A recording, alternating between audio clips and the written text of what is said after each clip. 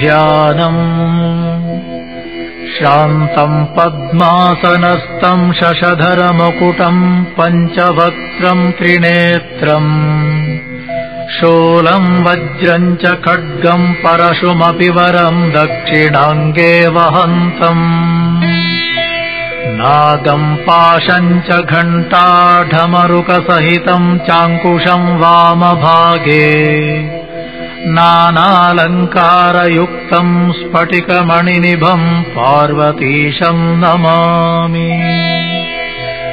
गात्रम् भस्मसितम् स्मितम् च हसितम् हस्ते कपालम् सितम् कट्वाङ्गम् च सितम् सितश्च वृषभः कर्णे सिते कुण्डले गङ्गाफेन सितम् जटावलयकम् चन्द्रसितो मूर्धनि सोऽयम् सर्वसितो दधातु विभवम् पापक्षयम् शङ्करः।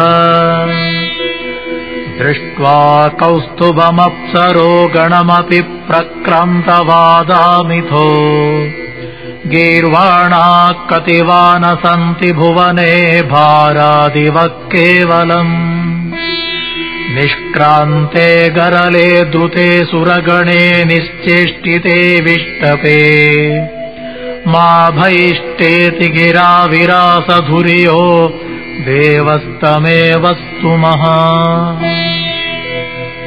वेपन्ते दुरितानि मोहमहिमा सम्मोहमालम्बते सातङ्कम् नखरञ्जनीम् कलयति श्रीचित्रगुप्तकृती सानन्दम् मधुपर्कसम्भृतिविधौ वेधा करोत्युद्यमम् वक्तुम् नाम्नितवेश्वराभिलषिते ब्रूमः किमन्यत्परम्।